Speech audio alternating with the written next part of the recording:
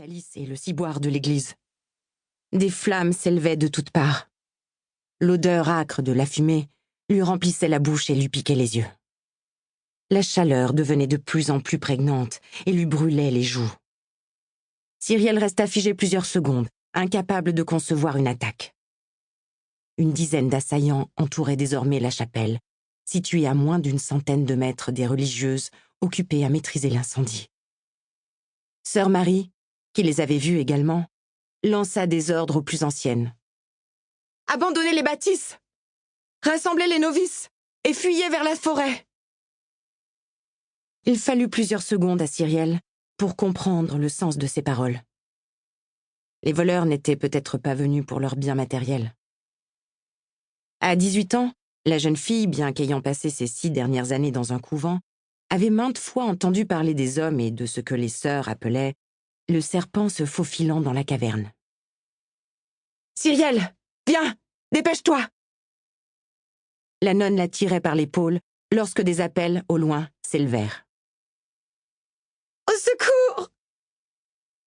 Annie, la plus jeune des novices, une fillette d'environ 8 ans, n'avait pas eu le temps de s'échapper. Des pillards, les lèvres étirées en d'horribles sourires carnassiers, l'encerclaient, elle ainsi que d'autres religieuses. « Partez sans moi !» Cyrielle repoussa la sœur et courut ouvrir les portes de l'étable. Aussitôt les animaux, paniqués par les flammes, s'enfuirent. Sa main se referma in extremis sur la bride du seul cheval que possédait la communauté. « Chut! Viens là, mon beau, j'ai besoin de toi », murmura-t-elle d'une voix douce. Ses yeux plongés dans les siens, le hongre se calma. En plus de savoir parfaitement monter, son père lui avait transmis un don pour communiquer avec les chevaux. Patrocle était âgé de 20 ans, mais sa vieillesse n'avait d'égal que sa robustesse. La novice attrapa une fourche, grimpa sur des caisses et se hissa sur le dos de l'animal. Son regard se tourna vers les hommes qui encerclaient ses compagnes devant l'entrée de la chapelle, et elle chuchota « Seigneur, protégez-nous !» Elle inspira profondément pour se donner du courage, puis ses talons pressèrent les flancs de Patrocle qui fondit sur eux. Sa carrure était impressionnante, et les intrus durent éviter à la fois les sabots du hongre et les coups de fourche de la novice. Les pillards desserrèrent les rangs, et bientôt, une issue se présenta aux femmes. « Fuyez !» s'écria Cyrielle. Patrocle émit un hennissement aigu. Un homme venait de lui enfoncer une dague dans la cuisse. La monture se cabra et sa cavalière tomba à terre. Elle n'eut pas le temps de se relever que quelqu'un la tira par le bras afin de la ramener vers le groupe qu'elle tentait de sauver. Cyrielle récupéra sa fourche et, refusant de capituler, se remit sur ses 2 pieds. « Les flammes! Elles se propagent à la toiture !» cria un de leurs agresseurs. Aussitôt, la majeure partie d'entre eux entrèrent dans la chapelle. En revanche, 5 autres hommes se tournèrent vers les religieuses. Ils ricanaient en faisant briller leurs lames. La peur pétrifiait les pauvres femmes. Sœur Clotilde et Cunégonde récitaient le Notre Père, tandis que sœur Agnès serrait fort la petite Annie. Bientôt, Cyrielle et ses camarades seraient tués. Quelle sotte! Comment avait-elle pu penser un seul instant pouvoir affronter ces monstres? Aucune échappatoire ne se présentait. Le feu dévorait les bâtiments, et d'autres pillards arrivaient de tous les côtés. Combien étaient-ils? 20? 30? La tension montait de plus en plus. Toutefois, le bras de la novice ne tremblait pas, et son regard déterminé fixait ses assaillants qui se rapprochaient. Soudain, ce fut comme si le temps se figeait. Des chevaux surgirent des flammes, avec sur leur dos des cavaliers rugissant tels des démons de l'enfer. L'homme le plus près des sœurs eut à peine l'occasion de se retourner qu'une massue lui explosa le visage. Son sang gicla sur Cyrielle. Les autres femmes hurlèrent de peur tandis que la novice essayait de ne pas paniquer. « Allons-y !» s'écria-t-elle. Rien ne leur assurait que ces mystérieux guerriers fussent là pour les aider. Le petit groupe longea les bâtisses enflammées pour fuir vers la forêt. Cyrielle donnait des coups de fourche aux pillards pour libérer un passage. Il ne semblait plus s'intéresser à elle, pas plus que les cavaliers. Encore fallait-il réussir à s'échapper. Annie se mit alors à crier. Un homme avait quand même décidé de les poursuivre. Sœur Agnès bondit et tendit son large crucifix en bois à quelques centimètres du visage de l'assaillant. Celle-ci avait dû l'emporter pour le sauver des flammes. « Arrière, mécréant !» s'écria Agnès. L'intéressé se mit à rire à gorge déployée. « Tu crois que ce bout de bois me fait peur, garce ?»« Pardonnez-moi, Seigneur !»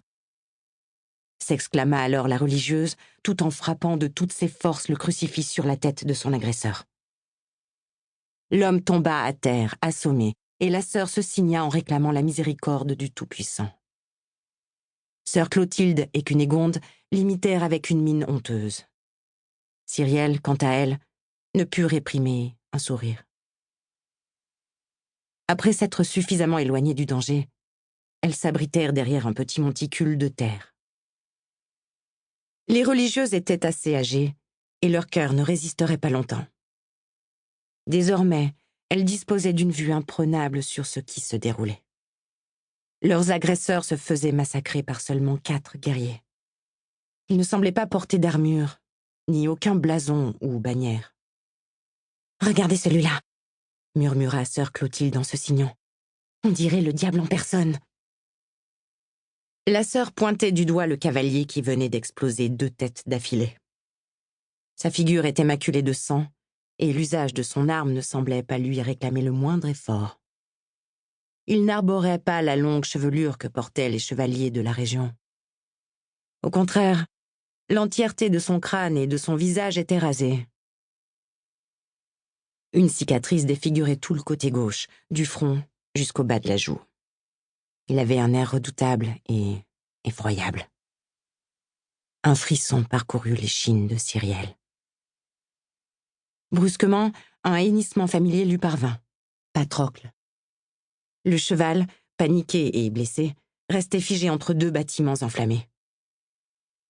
Abandonnée par la raison, la jeune fille se leva et courut vers l'infortuné. Sœur Agnès eut tout juste le temps de retenir Annie, afin de l'empêcher de la suivre tandis que les autres sœurs hurlaient à la novice de revenir. Cyrielle les ignora, se fraya un chemin entre les cadavres et les débris encore fumants de bâtiments qui s'écroulaient petit à petit. La peur lui nouait le ventre, mais elle ne pouvait pas abandonner le cheval de trait. Heureusement, Patrocle se tenait suffisamment à l'écart, son licol retenu par une poutre à moitié calcinée. Enfin, la jeune fille arriva jusqu'à lui. Il risquait à tout instant de lui donner un coup de sabot. Cyrielle s'époumonna à crier son nom jusqu'à ce que le cheval lui prête attention. Alors elle tendit la main et chuchota en s'avançant. Délicatement, elle délivra la bête, serra sa tête contre son cœur et ferma les paupières, tentant de projeter son esprit vers le sien. « C'est bien, Patrocle. Fais-moi confiance, je vais te sortir d'ici. » Lorsque ses yeux s'ouvrirent, ils plongèrent immédiatement dans ceux du cavalier balafré. L'homme se tenait à une dizaine de mètres, toujours perché sur sa monture, et avait cessé tout combat. Son regard était intense et possédait quelque chose de troublant. Il semblait vouloir pénétrer son âme. Qui était-il? Et pourquoi était-il là? Le temps s'était arrêté. Cyrielle et l'inconnu se scrutaient pour essayer de trouver des réponses à leurs questions muettes. Un cri retentit. Le guerrier se retourna. Un de ses compagnons l'appelait. Cyrielle en profita pour échapper à l'emprise de son regard et pour faire avancer Patrocle. Les bâtiments s'effondraient tout autour d'elle et elle n'eut d'autre choix que de se rapprocher de la zone de combat. Une boule au fond de l'estomac, la novice avançait prudemment tout en chuchotant des paroles apaisantes à l'animal.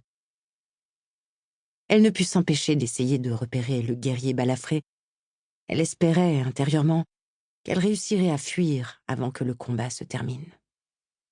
La reconnaissance l'habitait, mais elle... Para seguir escuchando este audiolibro gratuitamente, haz clic en el enlace de la descripción y podrás escucharlo completo sin coste gracias a la prueba de 30 días de Audible.